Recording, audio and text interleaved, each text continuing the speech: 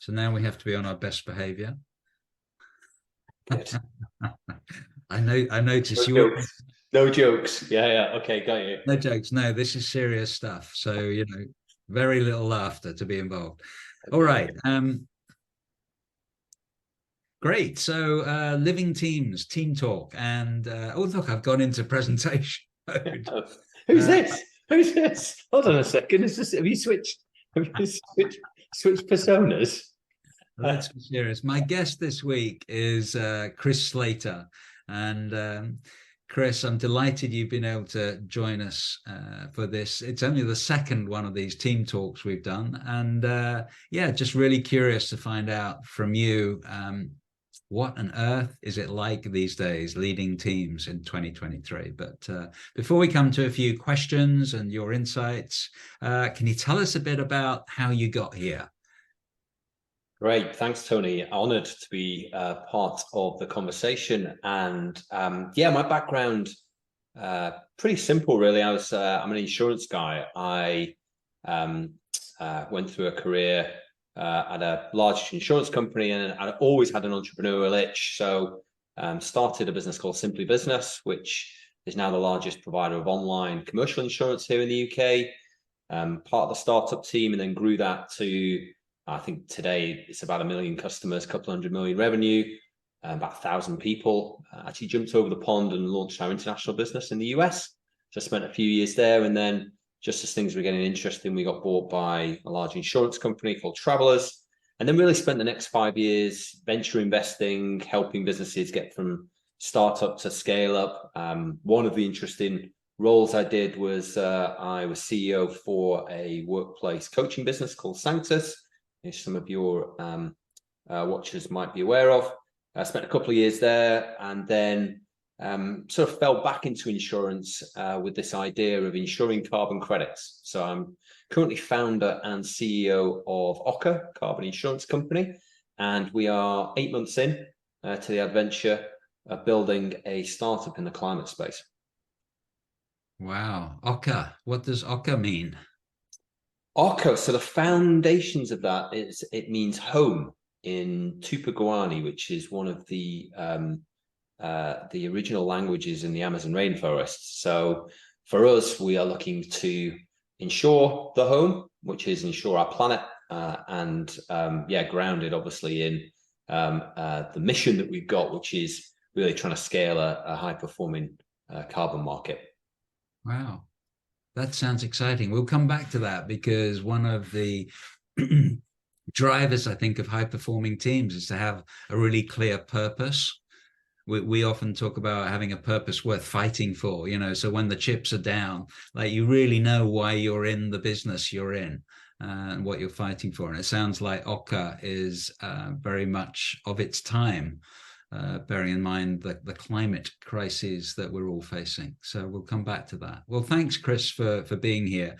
And living teams, all about teams and the mystery of teams, because every team is different. We work with so many, and if we make an assumption that it's going to be just like the last team we worked with, we're in for a big surprise. So you've worked with, well, you must have worked with many teams over the years.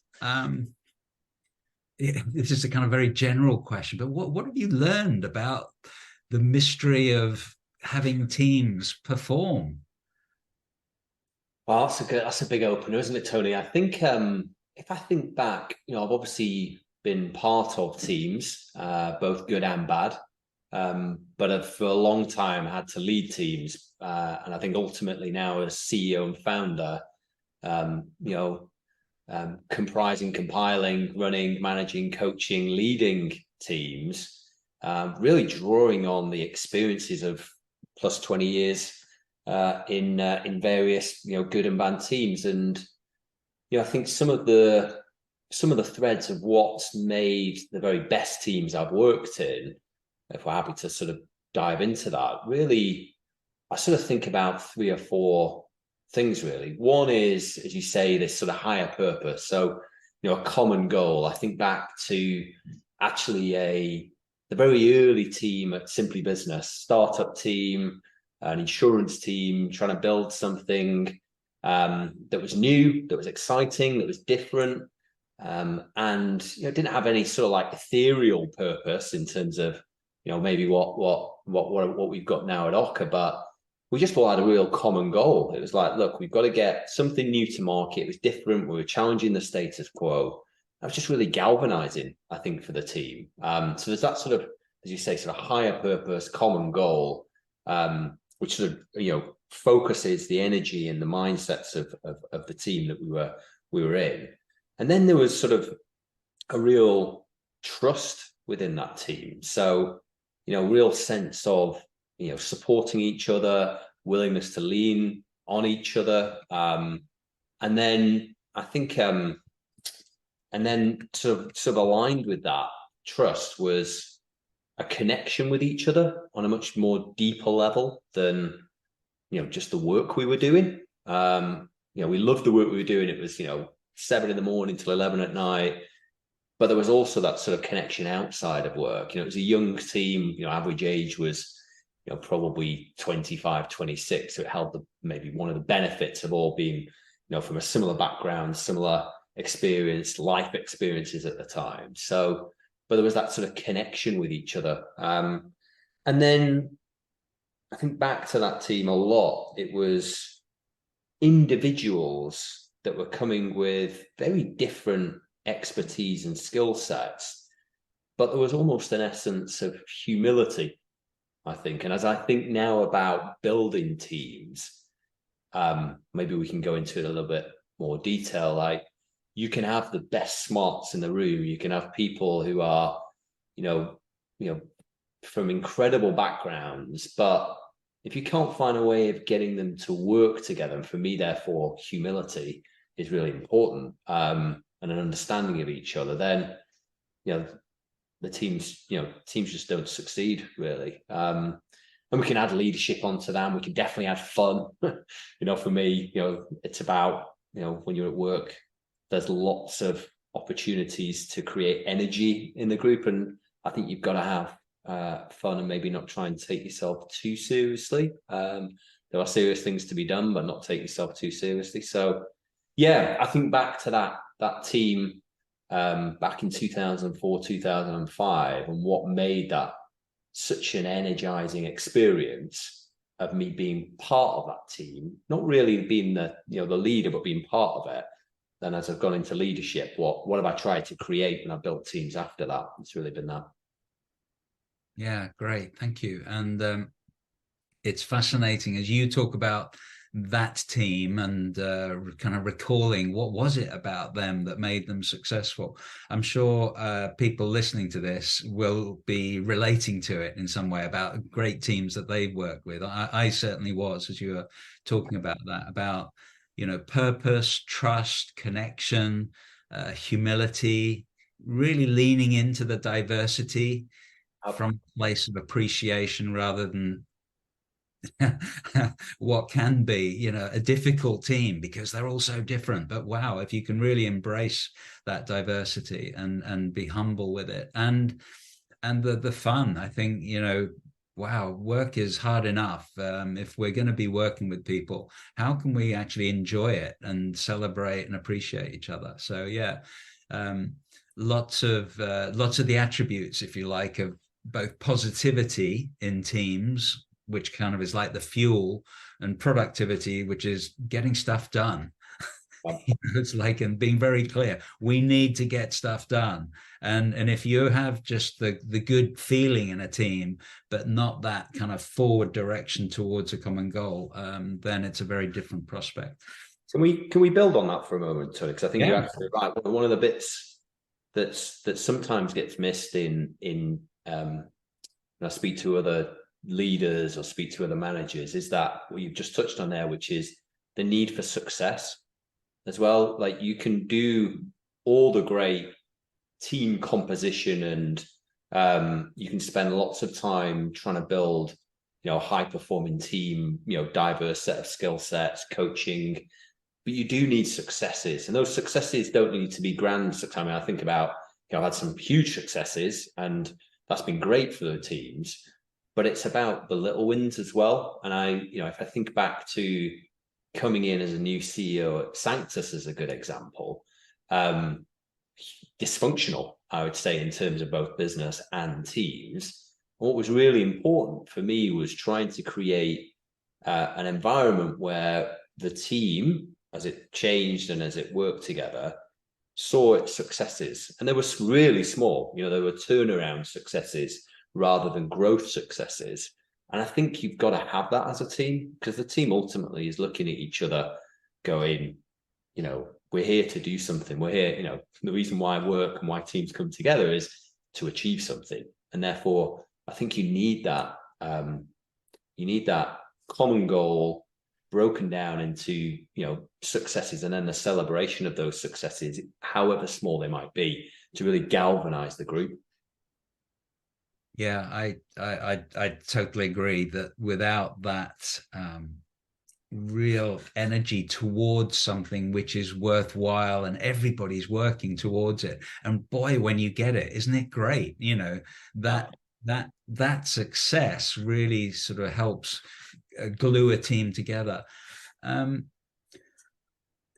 of the things that is challenging post-pandemic, of course, is that we used to celebrate in the office together, and we'd see people, and the little wins could be celebrated over a coffee or whatever. And now we're in this very hybrid place of, working from home and working from the office, and that's affected teams, to different degrees all over the world.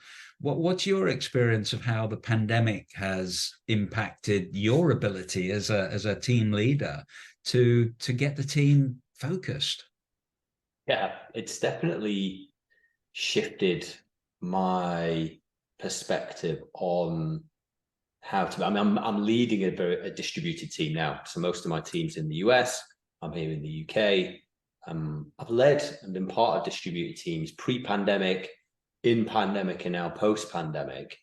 And I think, I'll be honest, I think I'm still grappling with building some of those new ways to engender both that sense of connection, that sense of trust across a group that don't see each other every day. Because it's those little, I think back to the times in office, it was the little habits, it was the little connections, it was the little conversations that ultimately build that sense of human connection. And I think leaders now post-pandemic, me included, are grappling with how do we build connection and trust in a distributed world where it is through this type of interaction that we spend maybe some or if not most of our time. And for me, that's finding ways, being very deliberate around connection. So whether that's maybe, absolutely periodically getting time together as a group, but being very deliberate about what's that time for, not filling that with strategy and walking through spreadsheets and planning. It's about trying to find ways and markers to celebrate successes when they happen, even though they might be virtual.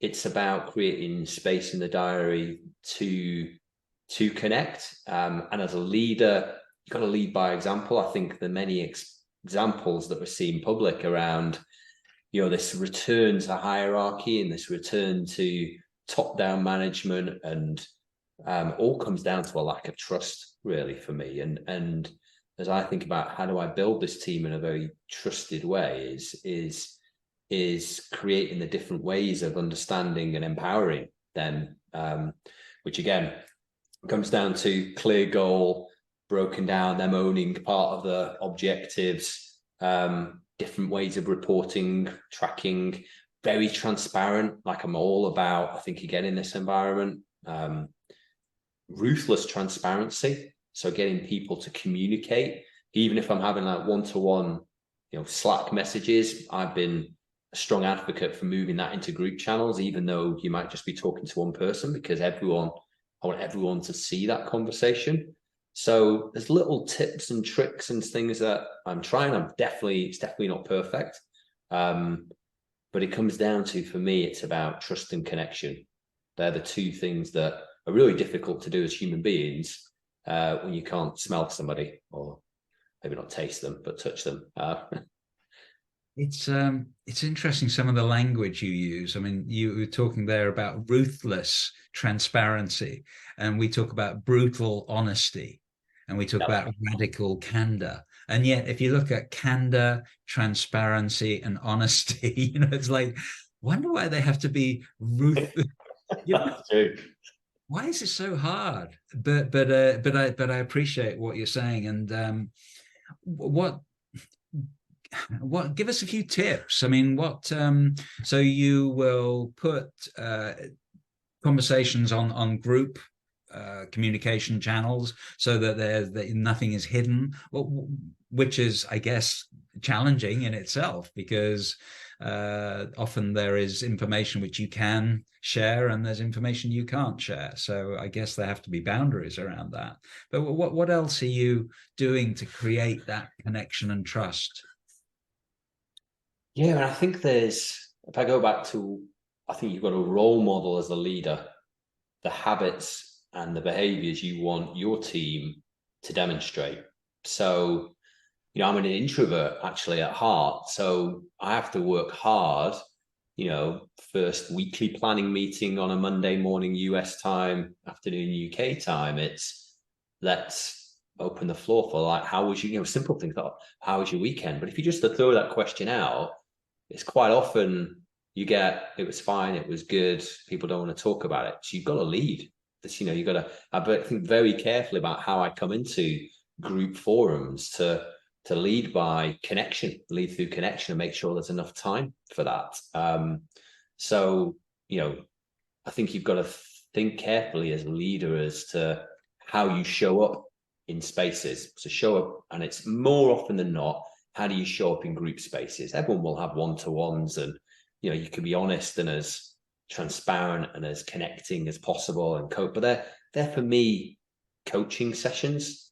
It's about connection, and trust sections are showing up on group forums. If I was a leader on listening to this call and looking at your week, like, where are those moments in the week where you can show up as a human being and show your frailties, your concerns, your worries, your things that you may be getting wrong, and make sure there's enough of them. So, I'm in startup mode. So, this won't necessarily, it might not necessarily scale, but just, as I look at my week, there's a weekly planning session, there's a touch point as a team every day, which is effectively our daily stand-up, 15-minute updates, and then 45 minutes opportunity to bring topics. I do a monthly town hall.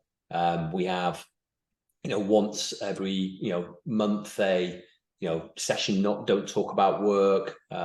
So it's looking at how do you create some of those different touch points that you don't get because we're virtual only. And then, like I say, virtual only, but then every 3 months coming together for 3 days to, if I think about the agendas for our offsites, I always get this feeling of, we should be talking about the plan, or we should be talking about the work. And we do, but actually the hard work there is connecting. So it is about talking about culture, having lots of open spaces, going and, doing activities together and having dinner, just the very simple breaking bread and trying to get a sense of what we're each about. So I'm very formulaic and structured in how I approach most of my things in my life. So therefore, and as I think about trust and connection, that's what I think about is those moments and my approaches as a leader. Yeah, I'm also struck as you're talking there, because psychological safety is something that is commonly talked about now as a kind of a foundation for teams, but particularly I think it is post-pandemic, because we're not seeing each other face to face, that in a Zoom room or a Teams room, it can be quite challenging, I think, to create that safety. So leaders like yourself have to be very conscious about how you deliberately create psychological safety. And I hear one of the ways you do that is, being vulnerable. The old model of leadership was the leader knows the leader knows everything. They're confident, they're strong, they lead from the front. And yet, you're talking about actually, from a human perspective, leading is quite a challenging job, and sharing some of the challenges you have with your people. I mean, in the old world, that would have been, wow, they must think you've lost it. Like, what kind of a leader are you? But what do you notice about the impact of you sharing vulnerability with your team? Yeah, I mean, and don't get me wrong, it's tough. Like, especially just as you talking there, thinking about team members maybe showing up, you know, engaging with me as a leader, an ability to share a concern or a worry when these interactions are so less frequent is difficult. So, if I think about just a couple of examples that I've had over the last 8 months of building this team, just some of the what people might see as quite trite or quite simple, but things like checking out for holiday. So,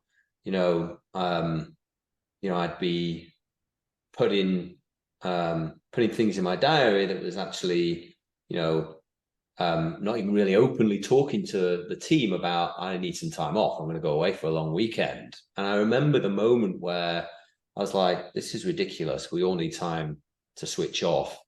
Let me have a conversation with the team the day before I went away, which was that sense of vulnerability, like sharing with them my concerns. I was worried about telling you I was going to go away because I know we're all working hard, and I don't want you to have this perspective that I'm not on and I'm not switched on, and that it's not a priority and the business isn't important. So really unpacking for the team in front of them just how I was feeling about something that was quite simple, but I built up to be quite big.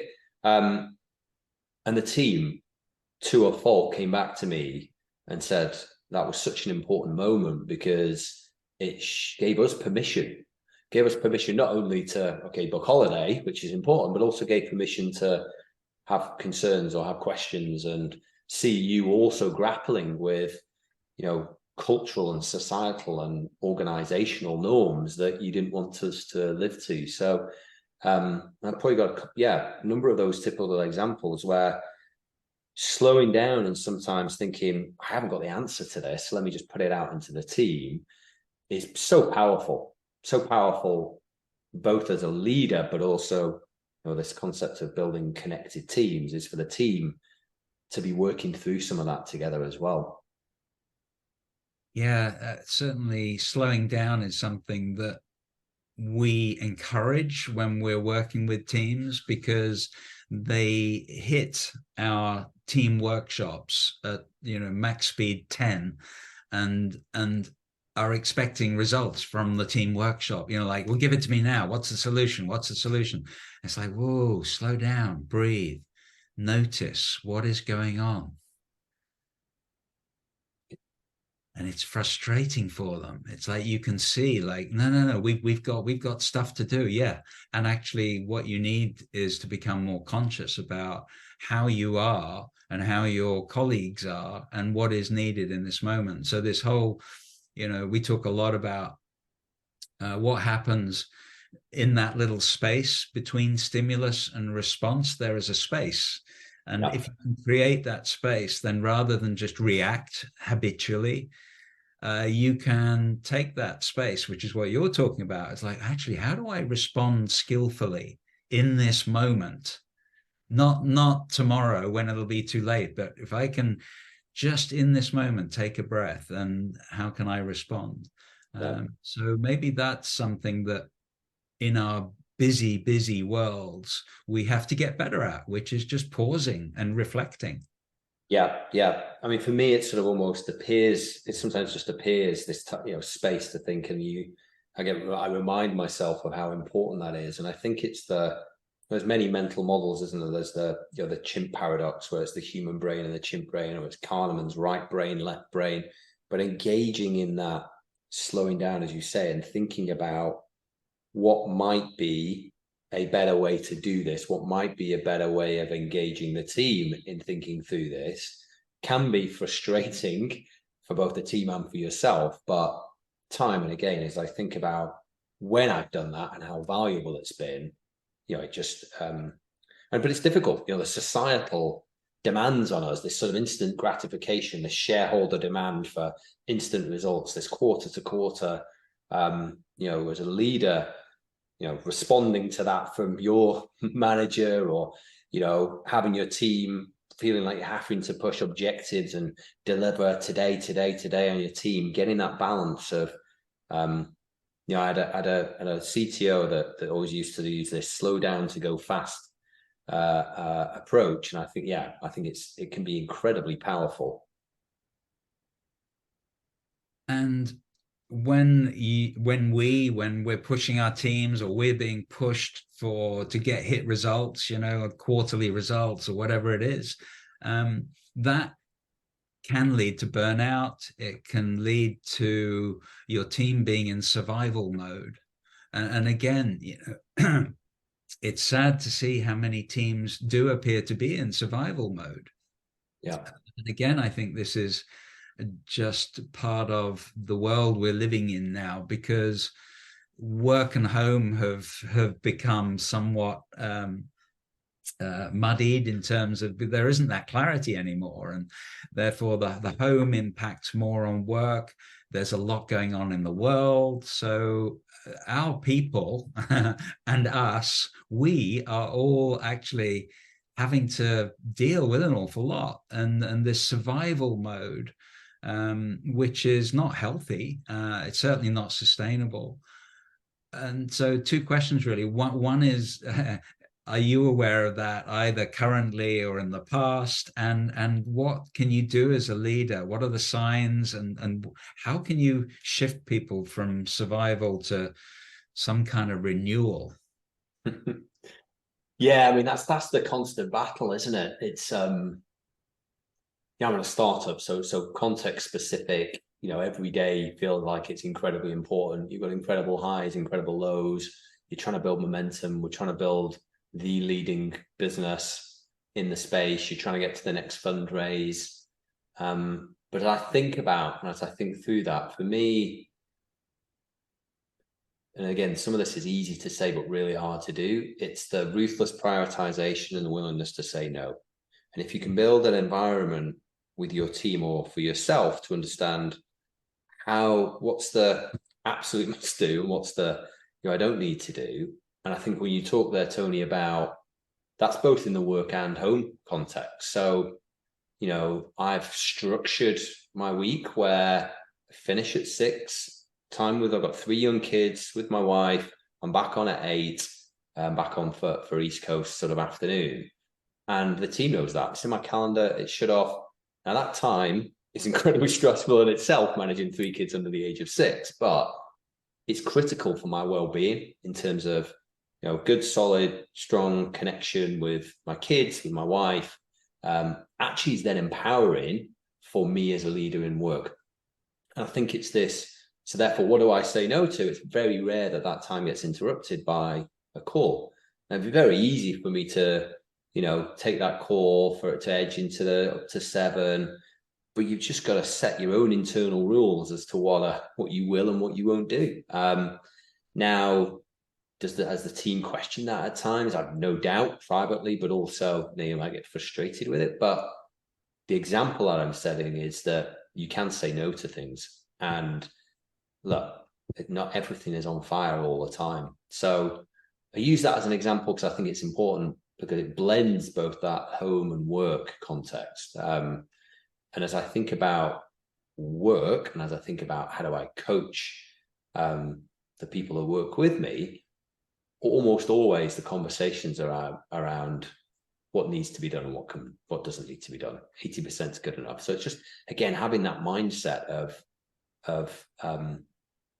what's a priority for you, and it'll differ for people, with caring for the elderly, or dropping kids off at school, or doctor's appointments, or time to go and do sport, or whether you want to do knitting at some point. It doesn't. Ultimately, it's about what are we looking to get out at the end. I'll leave that. How you find a way of doing that we're all individuals. It's very, very individualist. As long as I know that's how, and you're transparent and open, then I can get with it. I think this prioritization and having the both individual and collective permission to say no is huge, because there is just an overwhelm of information, data, meetings, things to be done. Like the to-do list just gets longer and longer. So and again, I think that's something we work with teams is to empower them to say no, because often they understand logically that's what prioritization is, but actually putting into practice and saying no to people is hard. It's just hard to get the words, no, I'm sorry, I can't do that, and then have a really reasonable answer as to why you can't do it or when you can do it by. So I think that's definitely a struggle for a lot of people. Super hard. I mean, I'm just thinking, I'm a trustee for a charity and been in the trustee role for 4 years, and I see that time and time again be evidenced of that. Almost the charity and the teams and the leaders, because it's a charity with a grand purpose and a strong mission, is that desire to want to try and solve all problems. And I think for leaders who are leading other leaders of teams, what's the best thing you can do is to try and help coach those leaders to prioritize, to be, constantly looking at what is the important thing we need to do here, and have the permission to tell you that they can't do X if they're going to do Y. So life's just about choices, isn't it? Life's all about choices every day, every week, every month. And with experience and being part of great teams that have done it well, leading great teams that have done it well, you learn the skill of navigation, of making those choices. And all those 1,000 little choices all wrap up to being a much more rounded, healthy, considered leader and individual and human being. So let me put you on the spot then. What have you said no to in the last week that has been challenging? That's a good question. What have I said no to? I mean, my time is constantly being called upon, especially in evenings. So I'm constantly saying, I can't do that call. Can we do it next week? I'm constantly being asked for, again, conference next week, 2 days, really valuable to spend time with people there. But we've got some priorities that we've got to close some customers. So I look through the list, I'm like, actually, it's not that valuable. Like, I'll do half a day of the 2 days. And I think, yeah, I'd love to be there. I think I would get some learning from it, but it's just not a priority for me today. So my priority is with the team and making some decisions with the team on more near-term issues. Hiring, actually, I was going to hire, I saw an opportunity, I saw some tension, some stuff that needed to be fixed. I got sourced a short-term contract resource. Had a good conversation with my chair, who asked the question, is this really a priority? I thought about it. I was like, do you know what? Probably not. Probably solves a short-term need, but we'll get over that hump. And actually, if I think just a little bit further forward, would be wasted expense. So I think in a startup, you're faced with 1,000 of those decisions every day. And a startup is all about sequencing. That's what I've found us get things wrong time and time again. It's all about sequencing. I've got a new office. I should paint, what color should I paint the walls? What sofas should I put in? What ping pong tails? You've not even written a pot. You've not even sold to a customer yet.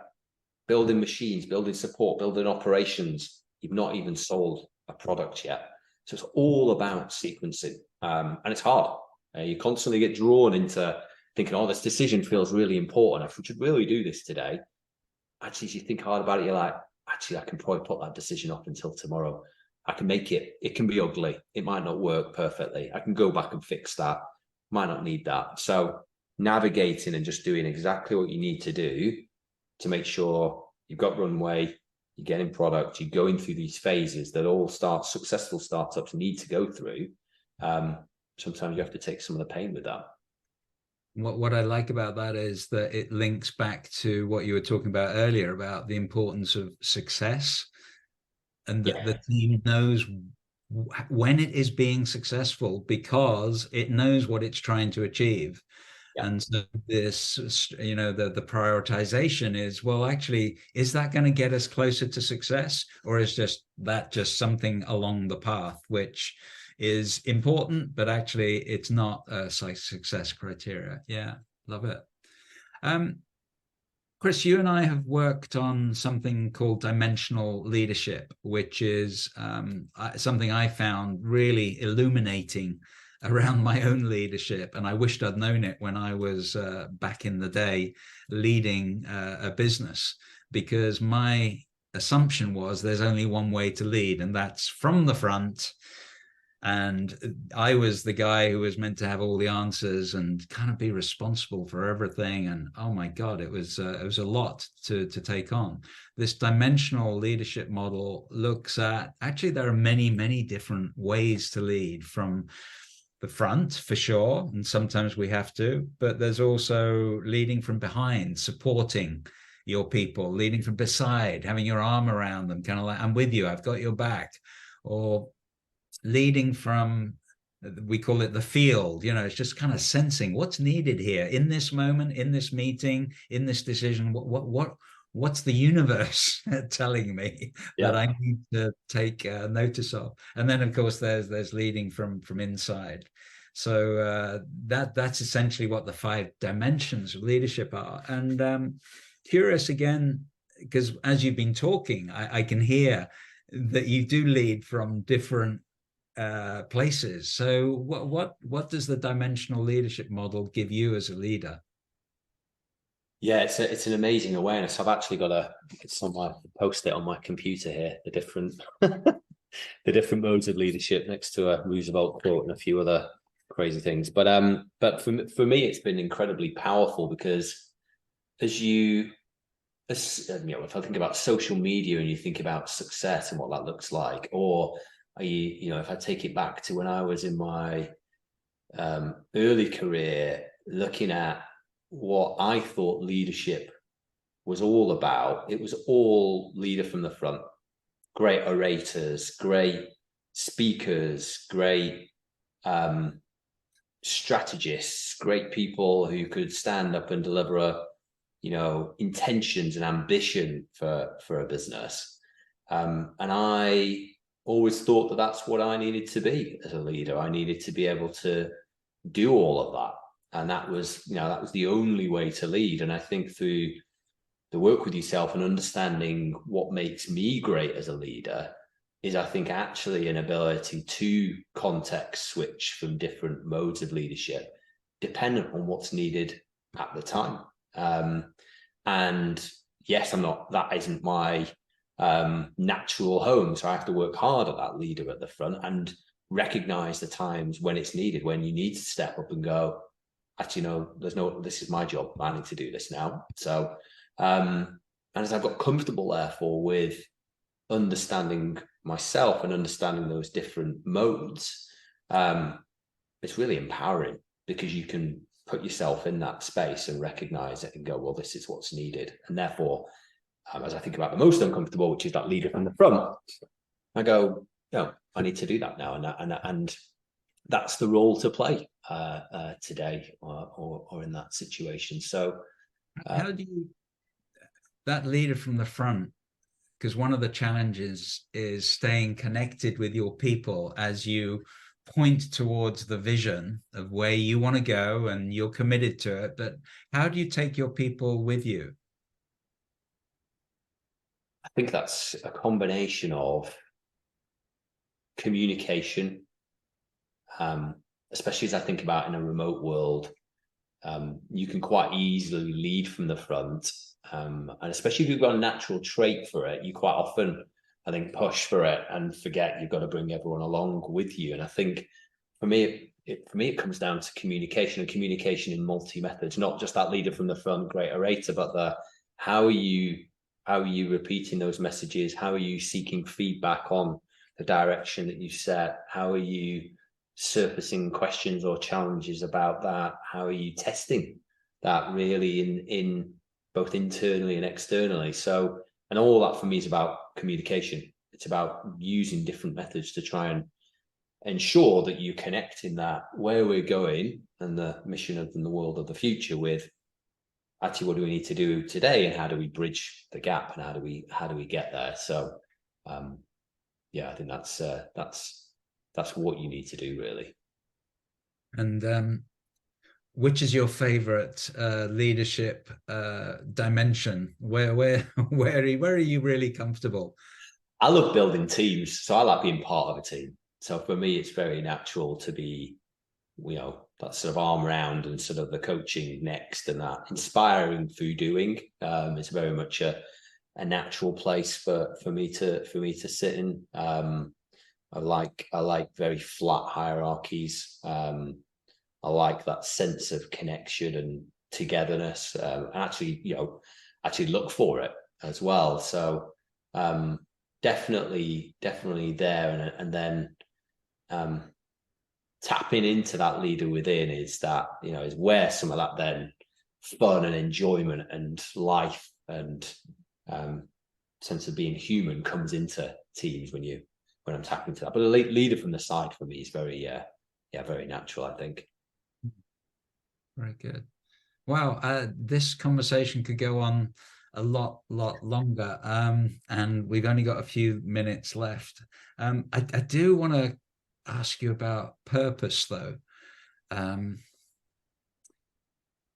Why is it important to you and the business you're in? I mean, I looked at your website. You've got a beautiful video about how carbon insurance is actually totally related to the biggest challenges we have on the planet, about hitting net zero. So that's one hell of a purpose.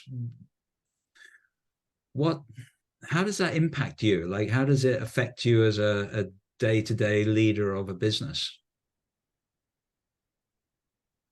I mean, it's the thing that ultimately connects a high performing business and team. So I'm fortunate.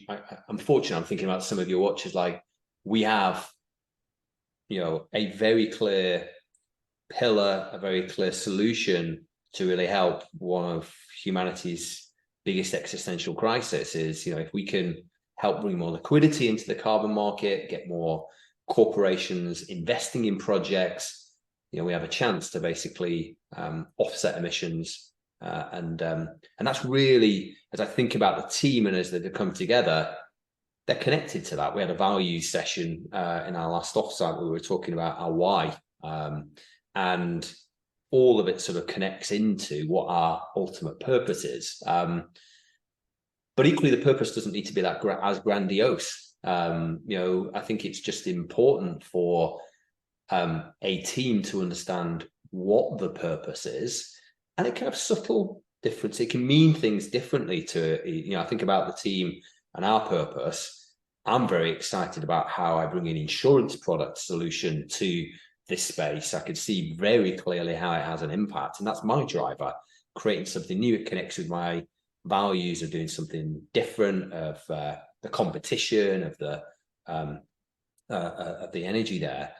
But for one of my colleagues, actually, it's much deeper in terms of, their background in climate and their desire to make an impact in the climate space. But so it's our two worlds and our two, maybe so you could look at us and go, well, your values maybe could be quite different. Like, how do you, but we're connected to it in our own way. So I think it's, as a leader, it's finding a way to bring clarity to what your purpose is for your team, understanding how they connect with it. Because ultimately, if they're not connected, then that's a difficult conversation because they'll just be treading water and not driven through the hard times and through the good times to do what's needed to succeed, really. Also, it's just an unhappy place for people. I'm thinking about some of the places I've been where I'm like, am I really connected to the purpose? probably not. I'm probably just here for the money or here for the role or the status. And I've gone, if I look back, I'm like, yeah, it didn't get me out of bed in the morning. Very good. Thank you, Chris. We're going to finish with a quick fire round. Okay. So one answers only, single answers. Yep. Yeah. Soul or blues? So Reds or blues? 100% Reds as a Liverpool fan.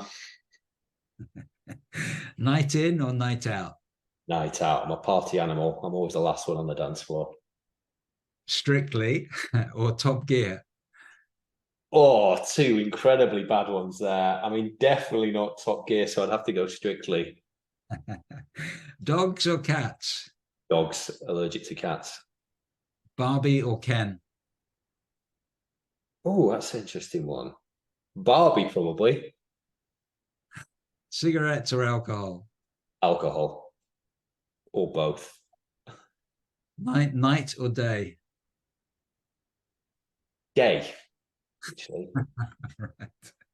Well, that's it. You've successfully completed the quickfire round, but you've also been amazing to have on Team Talk today, talking about your experience of teams and what matters from a CEO standpoint. So thank you for what hopefully has been very insightful for people listening to this and given them some inspiration about what it is to lead teams in 2023, because we're all finding out, and it's a journey we're all on. Thanks very much for your time, Chris. Really enjoyed it, Tony. Thank you.